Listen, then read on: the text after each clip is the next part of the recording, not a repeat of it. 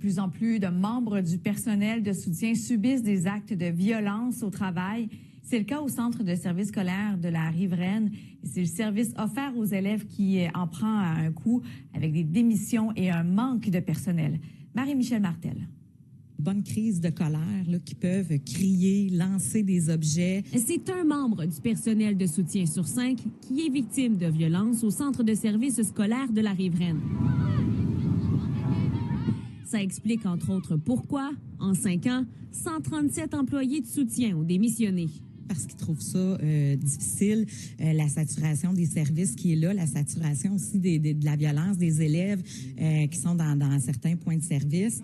Qui en paie le prix? Les élèves. Les enfants qui vivent de l'anxiété ont besoin d'un cadre sécuritaire.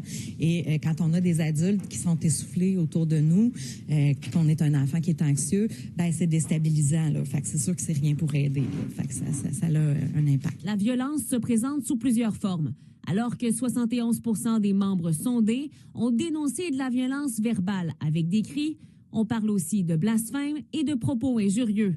Plus grave encore, 50 % d'entre eux se sont fait lancer des objets et plus de 35 % ont reçu des coups. La réalité sur le plancher, effectivement, les gens sont essoufflés.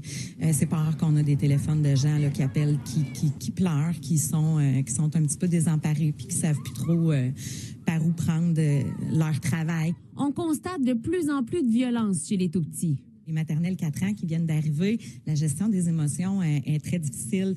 Plus petits. On peine à trouver des solutions pour aider le personnel. Il y a des choses qui sont mises en place là, présentement là, par le Comité des relations de travail. Ensemble, on réfléchit là, à des solutions là, pour être un petit peu plus efficace. Ça se passe clairement dans la cause provinciale. On demande, premièrement, beaucoup plus de ressources.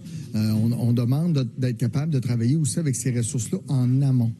Marie-Michel Martel, TVA Nouvelles Nicolet.